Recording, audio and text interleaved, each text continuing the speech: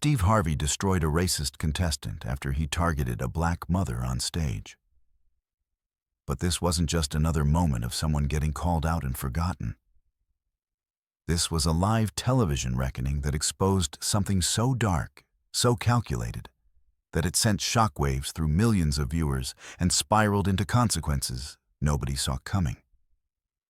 What happened next would prove that in the age of platforms, there's nowhere to hide. And sometimes, justice doesn't come from a courtroom, it comes from a stage. Live television is a weapon, not in a literal sense, but in every other way that matters. Millions of eyes are watching, cameras are rolling, and one mistake, one single moment of weakness, one slip of the mask, and suddenly your entire world knows exactly who you really are. There's nowhere to hide on a stage like that. Nowhere to run. Nowhere to pretend. This is the stage where our story begins. The studio was electric that day. The kind of electric that only comes from a live audience, hundreds of people packed into bleachers, all of them sensing that something big was about to happen. They could feel it in the air. The producers had promised a special episode. The kind of episode where things got real, where people's true colors came out, where secrets were exposed. Steve Harvey was in his element. After decades of hosting game shows, talk shows, and everything in between, he had mastered the art of reading people. He could spot a liar from across the room. He could sense when someone was putting on a performance. And he loved nothing more than peeling back those layers, one question at a time, until the real person underneath was forced to emerge. But Harvey didn't know it yet. Neither did the audience. Neither did the producers frantically scribbling notes in the control room. On this particular day, they were about to witness something that would transcend the typical game show drama. This wasn't going to be about money or prizes or embarrassing personal revelations. This was going to be about something far darker, something that would expose the ugliness that can hide behind a charming smile and a confident demeanor. The contestants filed out one by one.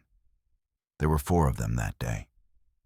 3 seemed relatively normal, nervous, excited, ready to play the game and hopefully walk away with some prize money. But the 4th one was different. His name was Marcus, and from the moment he stepped onto that stage, there was something about him that commanded attention. Not in a good way. Not in the way that Steve Harvey commanded attention through decades of earned respect and genuine charisma. No. Marcus had a different kind of presence. The kind that comes from someone who has spent his entire life getting away with things. Someone who had learned how to charm his way through situations. Someone who believed, deep down in his bones, that the rules didn't apply to him. Marcus was handsome in that conventional way that society rewards. Tall, well-dressed. A smile that looked practiced but effective. He shook Steve Harvey's hand with the kind of grip that was clearly meant to communicate dominance. He waved at the audience with the confidence of someone who had never seriously been challenged in his life. He took his place at the podium and looked directly into the camera with eyes that seemed to say, "I've got this." Steve Harvey noticed. Of course he did. Harvey had spent his entire career studying human behavior, reading facial expressions, identifying the tells that reveal someone's true nature. And something about Marcus set off alarm bells. Not loudly, not obviously, but they were there. A slight narrowing of the eyes. A way of speaking that was just a touch too smooth, too rehearsed. A confidence that bordered on arrogance. But what Steve Harvey didn't know, what nobody in that studio knew, was that Marcus wasn't just another cocky contestant looking for a moment of glory. He was walking onto that stage carrying something darker, something uglier. And within the next few minutes, That darkness would explode across the stage in a way that would force everyone watching to confront exactly who this man really was. The first few rounds went smoothly. Marcus answered questions with ease. He made jokes that landed well with the audience. He seemed comfortable, in control, exactly as he had presented himself. Steve Harvey found himself warming up to him, the way he always did with contestants who had charisma and quick wit. They bantered, they laughed, the audience loved it. But beneath the surface, something was building. Marcus was getting more confident with every correct answer, more comfortable, more willing to say whatever was on his mind without filtering it. His mask was slipping, bit by bit, question by question. And the more comfortable he became, the more his true nature began to peek through the cracks. Steve Harvey didn't interrupt him. Not yet, because Harvey understood something fundamental about human nature. If you give someone enough rope, they'll hang themselves. If you create a platform and let someone perform on it long enough, eventually they'll reveal who they really are. It's almost inevitable. People can't help themselves. They get comfortable, they get cocky, and then they say the thing they shouldn't say. They do the thing they shouldn't do. They expose the ugliness they've spent their whole lives trying to hide. Marcus was walking directly toward that moment. He just didn't know it yet. The audience was beginning to sense it too. There was a shift in the energy. The laughter was still there, but it had changed slightly. It was becoming less about genuine amusement and more about nervous anticipation. People were leaning forward in their seats. They were sensing that something was coming, something big, something that would shatter the light-hearted atmosphere of the game show and replace it with something far more serious. The producers in the control room were noticing the shift too. They were monitoring everything, the audience reaction, the facial expressions, the energy in the room. And they could sense that they were approaching a critical moment. The kind of moment that makes for compelling television. The kind of moment that people remember. The kind of moment that gets clipped and shared and talked about for months afterward. Steve Harvey shifted in his seat. The questions were getting more personal now.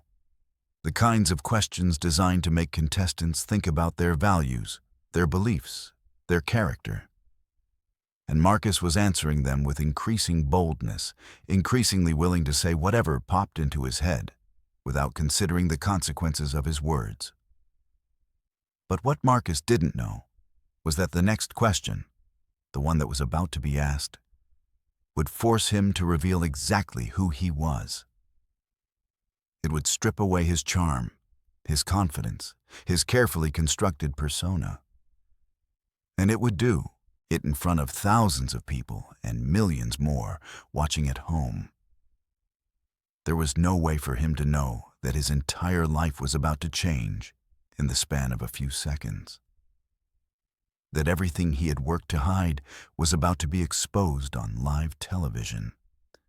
That he was about to become the center of a moment that would define him forever. The stage was set. The trap was laid. And Marcus was walking directly into it, completely unaware of what was about to happen. But he had no idea that in the audience, sitting quietly and unsuspectingly, was the person who would become the target of his true nature, and the catalyst that would force Steve Harvey to make a choice that would change everything. Diane wasn't supposed to be there that day. She had almost called in sick. Almost decided that her shift at the hospital was more important than a ticket to a game show taping. Almost convinced herself that she didn't have the energy for it. That sitting in an audience, pretending to be excited about a game show, was the last thing her exhausted body needed after a 12-hour shift on her feet. But her sister had insisted. Her sister had won the tickets in some online contest and had been bugging Diane for weeks to come with her. "You need to get out," her sister had said. "You need to do something for yourself. You're always working, always taking care of everyone else. Just come with me. It'll be fun." So Diane had agreed. She had changed out of her scrubs. She had put on makeup for the first time in what felt like forever. She had driven to the studio with her sister, making small talk the whole way, already mentally exhausted before she even arrived. She was a nurse, a single mother of two, a woman who spent her days and nights taking care of other people. Patients in hospital beds, her children at home, her aging mother who lived with them. Her life was a relentless cycle of responsibility, obligation, and sacrifice. There was never enough time. There was never enough money. There was never enough of her to go around. So when she finally got a moment that was supposed to be just for her, she couldn't even fully enjoy it. Part of her mind was always somewhere else, worried about her kids, thinking about her next shift, calculating whether she had enough money in her account to cover the electric bill. She took her seat in the audience and tried to be present. She really did. She smiled at her sister. She clapped when the contestants came out. She settled into her seat and tried to absorb the energy of the crowd, to feel like she was part of something fun and light-hearted and removed from the grinding reality of her daily life. But even as she did these things, part of her was somewhere else entirely. Diane was the kind of woman who didn't stand out. She wasn't the type to demand attention or make a scene. She was quiet. She was kind. She showed up. She did her job. She loved her children fiercely and tried to give them everything she could, even when everything she could was never quite enough. She was the kind of woman that society doesn't really celebrate.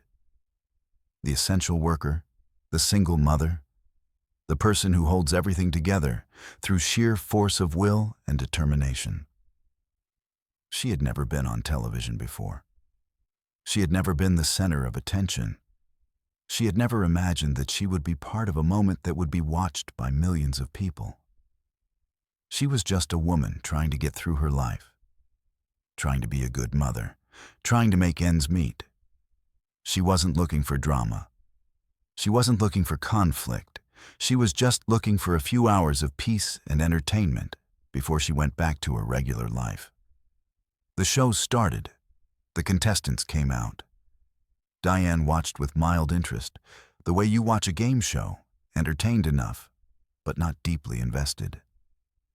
She didn't know any of these people. She had no idea what their stories were or what they had to hide. She was just there to enjoy the spectacle, to laugh at the jokes, to be distracted from her own problems for a couple of hours. Steve Harvey came out with his usual charisma and charm. Diane had always liked him. There was something genuine about him, something that suggested he actually cared about people. He seemed like the kind of person who would be kind to someone like her, someone who wouldn't judge her for being tired or struggling or not having all the answers. The first few rounds of the game proceeded as they always did. Questions were asked, answers were given. The audience laughed and clapped. Diane found herself relaxing slightly, settling into the comfortable rhythm of it all. This was nice. This was exactly what she needed, a few hours of mindless entertainment, a break from the weight of her responsibilities. But there was something else happening in the room, something that Diane wasn't consciously aware of yet. The energy had shifted. The audience was beginning to sense that something was building. There was an undercurrent of tension that hadn't been there before, a feeling that something bigger was about to happen. But Diane, focused on enjoying her rare moment of peace, didn't quite pick up on it. She was thinking about her kids. She had left them with her mother for the evening, and even though she knew they were safe and cared for, there was always that nagging worry in the back of her mind. What if something happened? What if they needed her? What if her mother forgot something important? These were the kinds of thoughts that haunted her constantly. The knowledge that no matter where she was or what she was doing, part of her was always needed somewhere else. Part of her was always supposed to be somewhere else, doing something else, being someone else. So when the next round of questions started, when the energy in the room shifted into something more personal and more pointed, Diane was only half present. She was physically there, sitting in her seat watching the game show unfold in front of her. But mentally, she was partially somewhere else, as she always was. She had no idea that she was about to become the center of a moment that would change everything. She didn't know that the questions were getting more personal, more designed to reveal character. She didn't know that one of the contestants, Marcus, the tall, handsome, charming one, was about to say something that would pierce through her distracted thoughts and grab her full attention in a way that nothing else could. She didn't know that within the next few minutes, she would become the target of something she never saw coming. That her quiet evening, her rare moment of peace, was about to be shattered in a way that would force her to confront something ugly and real and deeply personal. She was just a woman in an audience, trying to enjoy a game show. She was tired. She was stressed. She was carrying the weight of everyone else's needs on her shoulders. She was exactly the kind of person who didn't deserve to be blindsided by cruelty or disrespect. But that's exactly what was about to happen. The stage was about to become a weapon. And Diane, sitting quietly in the audience, completely unaware, was about to be targeted. She had no way of knowing that in the next few minutes, her presence in that audience would trigger a moment of reckoning, a moment that would force Steve Harvey to make a choice that would either protect her or leave her vulnerable to humiliation on live television. The question was simple, deceptively simple, the kind of question that seems harmless on the surface, but is actually designed to dig deeper, to reveal something about a person's values, their beliefs, their character. Steve Harvey leaned forward slightly, his posture relaxed, but his eyes sharp. He had been doing this long enough to know that the real gold came from the questions that seemed innocent, but actually forced people to reveal who they really were. "Marcus?" Steve said, his voice smooth and conversational. "I want you to imagine a scenario. You're at a charity event. You're mingling with people from all walks of life. And you find yourself in a conversation with a woman who's there with her 2 kids. She's a single mother. She works as a nurse. She's doing everything she can to provide for her family. Now, the question is this. What's the first thing you notice about her, and what assumptions do you make?" It was the kind of question that should have prompted a thoughtful answer. A question that should have made Marcus pause and consider his biases, his preconceived notions, his tendency to judge people based on appearance or circumstance. But Marcus didn't pause. His confidence had been building all episode, and now it had reached a peak where he felt comfortable saying whatever was on his mind without filtering it. He smiled, that practiced, charming smile, and answered without hesitation. "Honestly, I'd probably think she was looking for a handout, single mothers with kids at a charity event. Come on, they're usually there hoping to meet some rich guy who'll take care of them. It's kind of predictable, you know." The words hung in the air for a moment. A long moment. Long enough for everyone in the studio to realize what had just happened. Long enough for the audience to shift uncomfortably in their seats. Long enough for the energy in the room to change fundamentally and completely. Steve Harvey's expression didn't change immediately, but his eyes did something. Something that suggested he had just heard something that had registered on a deeper level. Something that had triggered something in him. The audience was quiet now. Not the comfortable quiet of attentive viewers.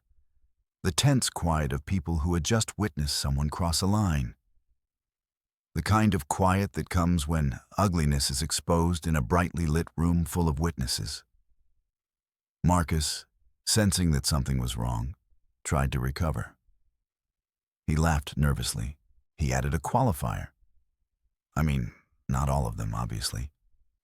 But you know what I'm saying, right? It's just realistic. But it was too late. The damage was done. The mask had slipped. And Steve Harvey had seen exactly who this man really was beneath the charm and the confidence and the practiced smile. What happened next occurred in a matter of seconds, but it felt like it unfolded in slow motion. Steve Harvey turned slightly in his seat. His eyes scanned the audience. And then, as if guided by something beyond coincidence, his gaze landed directly on Diane. She was still half distracted, still partially lost in her own thoughts. But something in Steve's movement caught her attention. She looked up, and in that moment, she realized that Steve Harvey was looking directly at her. And more than that, she realized that what had just been said had been about her, about women like her, about single mothers who work hard and struggle and sacrifice everything for their children. Edie's realization hit her like a physical blow. Suddenly, she wasn't tired anymore. Suddenly, she was present. Suddenly, she understood that she had just been insulted on live television in front of thousands of people by a man she had never met before. Her sister grabbed her hand. She could feel it. The squeeze of solidarity, the silent communication of someone who understood that what had just happened was wrong. Steve Harvey stood up, slowly, deliberately. His expression had transformed from the friendly game show host into something harder, something more serious. This was no longer about entertainment. This was no longer about a game. This was about something real, something that mattered. "Hold on a second," Steve said, his voice quiet but carrying a weight that silenced the entire studio. "Let me make sure I'm understanding you correctly. You just said that single mothers are looking for handouts, that they're predictable, that they're trying to use their children to trap men." Marcus tried to backtrack. He tried to soften his words. He tried to laugh it off as a joke, as something not meant to be taken seriously. But Steve Harvey wasn't having it. "Do you see that woman right there?" Steve pointed directly at Diane, not aggressively, not dramatically, but with a clarity that made it impossible to miss. "That's a single mother. That's a nurse that works 12-hour shifts to take care of her family. And what you just described, that stereotype, that assumption, that's exactly the kind of thing that makes life harder for women like her." The studio was completely silent now. All eyes were on Marcus. All eyes were on Diane. The moment had shifted from entertainment into something far more serious. This was no longer a game show. This was a reckoning. Diane felt her face flush. She hadn't wanted to be put on the spot like this. She hadn't wanted to be the center of attention. But at the same time, there was something else she felt. Something that surprised her. Relief. Validation. The knowledge that someone with a platform had just publicly called out the exact kind of disrespect and dismissal that she dealt with constantly in her daily life. Steve Harvey turned back to Marcus. His expression was stern now. The friendly game show host had been replaced by someone far more serious. Someone who understood the power of his platform. Someone who understood that this moment mattered. "Here's what's going to happen," Steve said, his voice calm but carrying an edge of steel. "You're going to apologize, not to me, to her." But what Steve Harvey didn't know in that moment was that Marcus's apology, or lack thereof, would become the catalyst for something far bigger. Something that would spiral beyond the studio, beyond the show, into the public consciousness, and would ultimately expose not just Marcus, but the systems and attitudes that allowed men like him to thrive in the first place. Marcus's face had gone pale. The confidence that had sustained him throughout the episode had evaporated in an instant, replaced by something closer to panic. He looked around the studio as if searching for an escape route, but there was nowhere to go.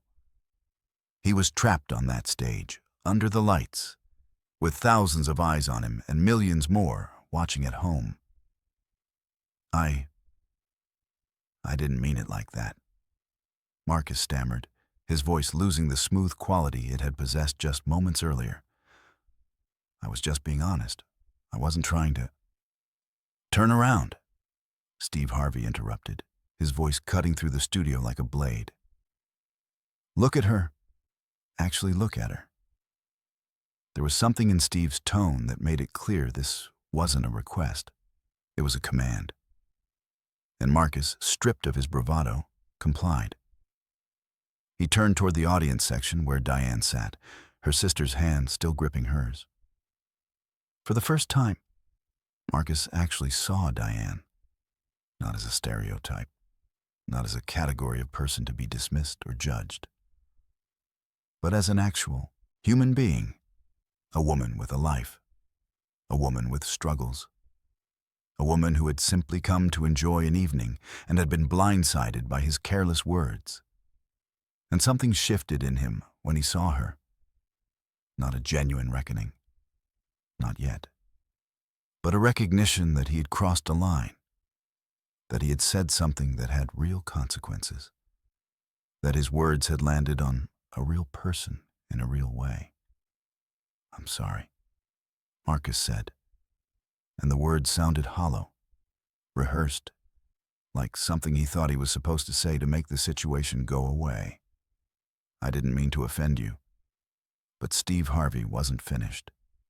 He stood up from his seat and walked toward the edge of the stage, his posture commanding, his presence dominating the entire studio. See? That's the problem right there, Steve said, his voice rising slightly. You're apologizing for offending her, like this is about her feelings being hurt. But this isn't about offense. This is about disrespect. This is about a man with a platform, even a small one, even just on this stage, making sweeping judgments about women he doesn't know, about women who are working harder than he could possibly imagine to provide for their families. Steve's voice was getting stronger now, more passionate. This was no longer a game show moment. This was a man using his platform to address something deeper, something that mattered. Do you know what she does? Steve continued, pointing back at Diane. Do you know what her day looks like? She wakes up before sunrise. She gets her kids ready for school. She goes to work and stands on her feet for 12 hours, taking care of sick people, dealing with their pain and their fear and their vulnerability. Then she comes home, helps her kids with homework, makes sure they're fed, makes sure they're safe, makes sure they know they're loved. And she does this every single day. Every single day. The studio was riveted. Even the crew members who had seen countless episodes of this show were leaning forward, captivated by what was unfolding. And then you come on this stage, Steve said, turning back to Marcus. And you reduce her to a stereotype. You assume she's looking for a handout. You make it sound like she's pathetic, like she's desperate, like she's something to be pitied or looked down on. Marcus was shrinking now, visibly uncomfortable. He tried to interrupt, to defend himself, but Steve held up a hand. Let me tell you something, Steve continued, his voice dropping slightly, but becoming somehow more intense. I've spent my entire career meeting people from all walks of life. And I'm telling you, the strongest people I've ever met are the ones who are doing what she's doing right now. Single parents, people working multiple jobs, people who sacrifice everything for their kids. Those are the people who deserve respect. Those are the people society should be celebrating, not stereotyping. The audience erupted in applause.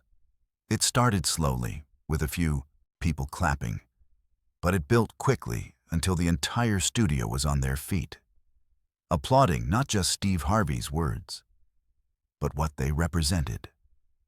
A public acknowledgement of the value of women like Diane. A public condemnation of the kind of disrespect she dealt with constantly. Diane felt tears starting to form in her eyes. Not tears of sadness, but tears of something more complex. Relief. Validation. The knowledge that someone with a platform had just publicly defended her honor. That her struggle had been acknowledged. That her worth had been affirmed in front of thousands of people. Steve Harvey wasn't done yet. He turned back to Marcus, and his expression was harder now. More serious. "Here's what you're going to do," Steve said. "You're going to step down from that podium. You're going to walk over there, and you're going to apologize to that woman, not for offending her, but for disrespecting her, for making assumptions about her, for reducing her to a stereotype." And then, Steve continued, his voice taking on a new edge. "You're going to donate the prize money you've won today, all of it, to a single mother's charity. And you're going to do it publicly. You're going to do it in a way that makes it clear to everyone watching that you understand what you did wrong." The studio erupted again. This was beyond what anyone had expected from a game show episode. This was justice. This was accountability. This was a moment where power was being used not for entertainment, but for something real. Marcus stood frozen for a moment, clearly trying to process what was happening. His entire worldview, the one where charm and confidence could get him out of any situation, was collapsing around him. He looked at Steve Harvey. He looked at Diane. He looked at the audience. And he realized that there was no way to charm his way out of this. He stepped down from the podium, slowly, reluctantly. Every step seemed to drain more confidence from him, replacing it with something closer to shame. He walked toward Diane, and the entire studio held its breath. This was the moment where either Marcus would show genuine remorse, or he would reveal himself to be even worse than they had initially thought. When he reached Diane, he stopped. He looked at her directly, and for the first time all day, something genuine seemed to flicker across his face. "I'm sorry," he said, and this time the words sounded different, more real. "What I said was wrong. I had no right to make those assumptions about you. You deserve better than that." Diane nodded slowly. She didn't smile. She didn't accept his apology with grace and forgiveness. She simply acknowledged that he had said the words. And in that moment, something shifted in the dynamic of the entire situation. Steve Harvey walked over and stood beside Diane. His presence was protective, supportive. A statement that said, "She is not alone in this. This is what accountability looks like." Steve said, speaking to the camera, speaking to everyone watching at home. "This is what happens when someone with a platform decides to use it not just for entertainment, but for something real, something that matters." The applause continued, but beneath the applause, something else was happening. Something was spreading. The moment was being recorded. It was being clipped. It was being shared. Within hours, what had happened on that stage would reach far beyond the studio walls. But what Steve Harvey couldn't have predicted in that moment was just how far this confrontation would spread, how many people it would reach, and what consequences it would set in motion. Not just for Marcus, but for everyone who had ever dismissed or disrespected a single mother, a working woman, or anyone else who dared to exist outside the narrow confines of society's expectations. The episode ended. The credits rolled. But the story didn't stop there. In fact, it was just beginning. Within minutes of the show taping, phones were buzzing. Producers were receiving calls. Social media was exploding. Someone had recorded the confrontation on their phone, a shaky, imperfect video that captured the raw emotion of the moment, and uploaded it to the internet. By the time the episode was set to air the following week, the clip had already been viewed millions of times. The hashtag started trending. Accountability matters. Respect single mothers. Steve Harvey destroys racist. The narrative was spreading across every platform, every corner of the internet. News outlets picked it up. Morning shows discussed it. Think pieces were written. Celebrities weighed in. What had started as a moment on a game show had transformed into something far bigger. A cultural conversation about respect, about accountability, about the way society treats women who work their hardest and sacrifice the most. But the story wasn't just about Steve Harvey's powerful confrontation. It was about what came next. It was about how one moment of public accountability can set in motion a chain of events that nobody could have predicted. Marcus's name was everywhere. Within hours, people had identified him. They had found his social media accounts. They had dug into his background. And what they discovered made the original offense seem like just the tip of the iceberg. There were old posts, racist comments, misogynistic remarks, a pattern of behavior that suggested this wasn't an isolated incident. This was who Marcus actually was. His employers saw the videos, they saw the backlash, and they made a decision. They couldn't have someone like that representing their company. Marcus was fired. The decision came swift and public, another clip that spread across social media, another moment that reinforced the message. Actions have consequences. Words have power. You can't hide behind charm anymore. But the story went deeper still. News organizations started investigating. They reached out to Diane. They wanted to tell her story, not as a victim in someone else's narrative, but as the central figure of her own. What emerged was a portrait of a woman who was doing everything right in a system that made it almost impossible for her to succeed. A woman working 12-hour shifts, barely scraping by, sacrificing her own health and well-being for her children. A woman who represented millions of other single mothers in the same situation. Diane's story resonated with people in a way that generic statistics never could. When you put a face to the struggle, when you show the reality of what it actually looks like to be a single mother in America, something shifts in people's consciousness. Suddenly, it's not abstract. Suddenly, it's real. Within a week, a GoFundMe campaign had been started in Diane's name by a group of activists. They didn't frame it as charity. They framed it as investment in a person who deserves investment. Within 48 hours, the campaign had raised over $50,000. Within a week, it had topped $200,000. People from all over the country were donating, not out of pity, but out of respect, out of a desire to support someone who was doing the work that society undervalued and underpaid. But more than the money, what moved Diane was the messages. Thousands of them.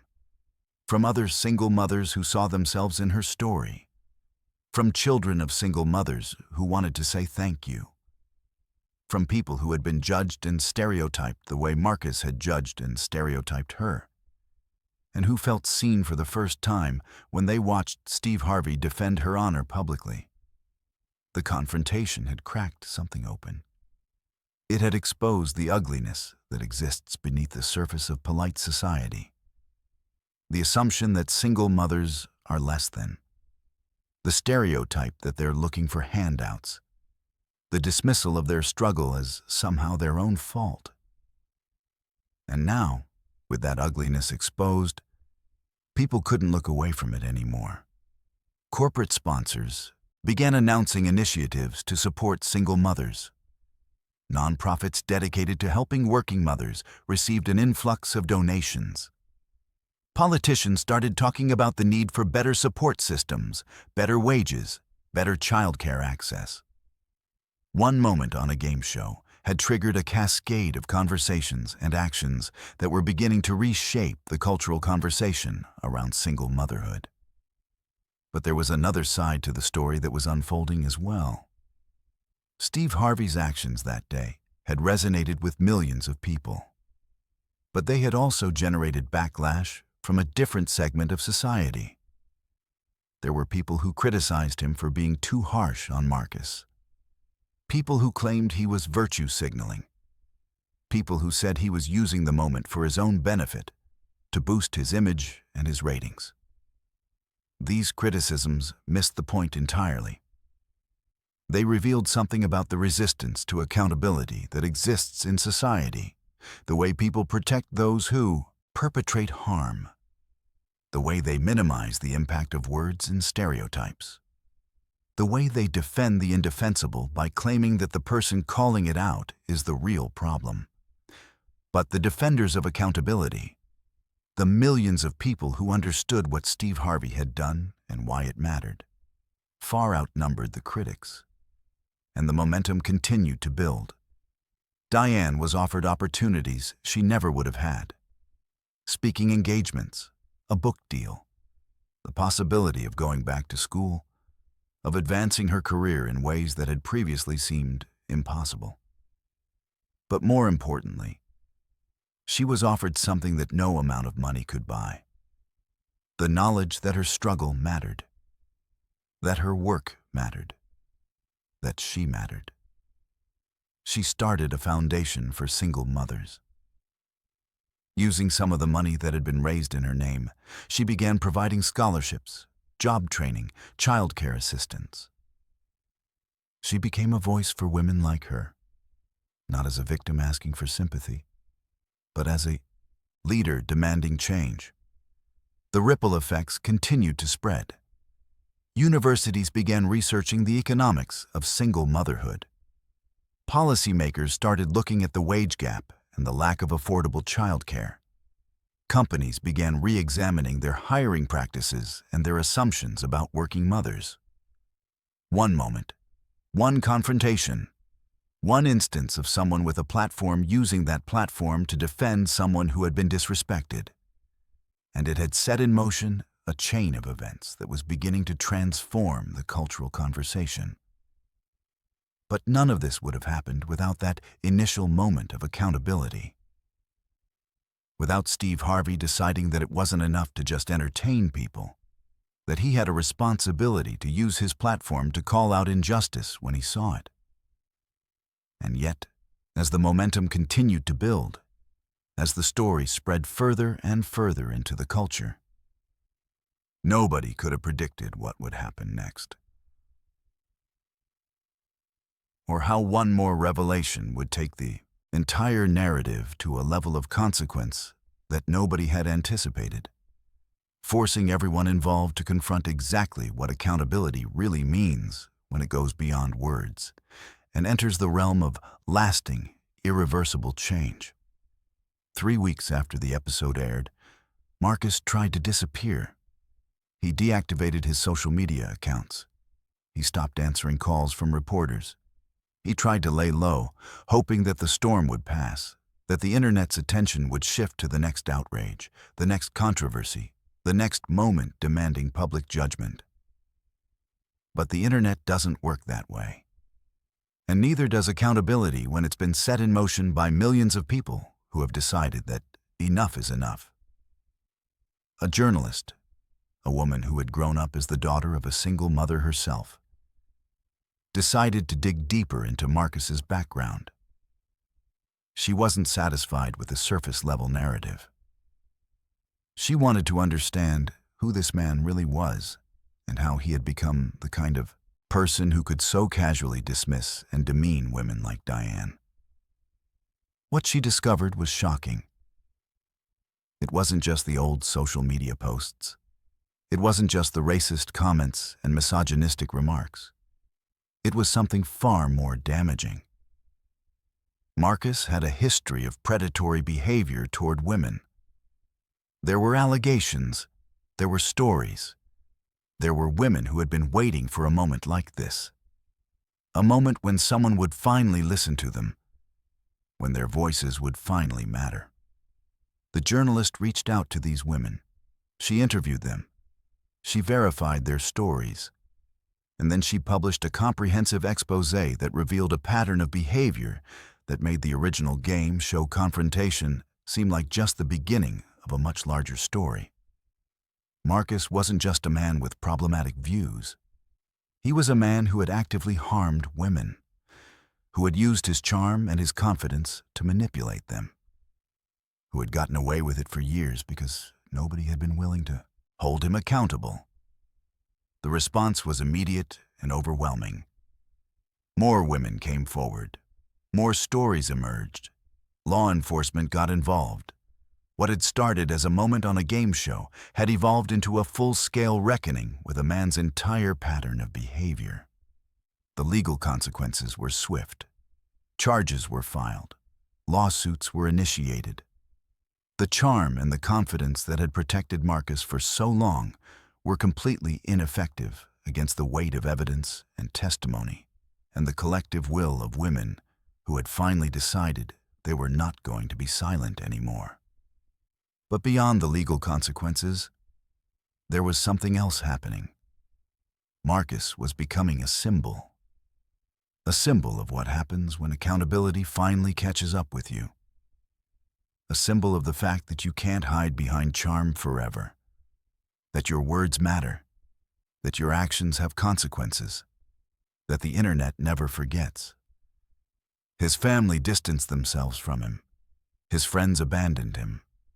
The life he had built on the foundation of charm and confidence collapsed entirely, revealed to be built on sand, on the assumption that he could always talk his way out of trouble, that his attractiveness and his charisma would always be enough to protect him. They weren't. Meanwhile, Diane's story continued to unfold in a completely different direction. The foundation she had started was thriving. She had received her degree, completing the education she had put on hold years earlier when she became a single mother. She had been promoted at the hospital. She was beginning to build a life that reflected not just survival, but genuine success and stability. But more than that, she had become a voice, a representative, a symbol of what's possible when society decides to value and support the people who are doing the work that matters most. She was invited to speak at universities. She consulted with policymakers. She became an advocate for systemic change, not from a place of victimhood, but from a place of strength and hard-won wisdom. Her children watched their mother transform from someone who was exhausted and struggling to someone who was thriving and making a difference. They learned a lesson that no school could teach them, that your circumstances don't define your potential, that hard work and determination matter, that speaking your truth matters, that standing up for yourself and for others matters. Steve Harvey's decision to use his platform that day had set in motion something larger than any of them could have anticipated. It had opened a conversation that society had been avoiding for far too long. It had given permission to countless other people to speak up, to call out injustice, to refuse to accept the narratives that had been imposed upon them. The ripple effects continued to expand. Companies implemented new hiring practices. Universities created scholarships for single mothers. Nonprofits received funding for programs that had been chronically underfunded. Policymakers began seriously considering wage increases for essential workers, affordable child care, and other systemic changes that had long been ignored. One moment. One instance of someone with a platform deciding to use it, not just for entertainment, but for justice. And it had transformed the landscape in ways that would be felt for years to come. But perhaps the most powerful consequence of all was something subtler, something harder to quantify. A shift in the culture, a growing recognition that single mothers deserve respect, that essential workers deserve fair compensation and support, that women deserve to be heard and believed and valued for the work they do. Marcus had become a cautionary tale, a reminder of what happens when you cross the line, when you disrespect someone publicly, when you reduce a human being to a stereotype, when you think your charm and your confidence can protect you from the consequences of your actions. He was convicted on multiple counts. He was sentenced to prison. He became a footnote in the story, important only as a symbol of what accountability actually looks like when it's real and when it's complete.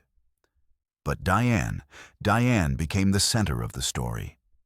Diane became the symbol of resilience and strength. Diane became proof that when society decides to support and value someone, when it decides to listen to their voice and honor their struggle, transformation is possible. And so the title was fulfilled. Steve Harvey didn't just destroy a racist contestant with words. He used his platform to expose and dismantle an entire system of disrespect and dismissal. He used his power not to entertain, but to create accountability. Not to diminish, but to elevate. He looked at a woman who had been stereotyped and diminished by society, and he said, publicly, powerfully, undeniably, your struggle matters. Your worth matters. You matter. And in doing so, he set in motion a chain of events that transformed not just Marcus's life, but the lives of countless women who saw themselves in Diane's story. He proved that one moment of courage, one instance of using your platform for something that matters, can ripple out into the culture and create lasting change. The power of platform, the necessity of accountability, the transformative potential of a single moment when someone decides to stand up and say, no, this is not acceptable, not on my watch, not in front of me, not anymore. That's what happened when Steve Harvey destroyed a racist contestant after he targeted a black mother on stage. He didn't just win a moment, he won a movement. He didn't just call out one man, he called out an entire culture of disrespect and dismissal. And he did it in a way that inspired millions of people to demand better. From society, from their institutions, from themselves.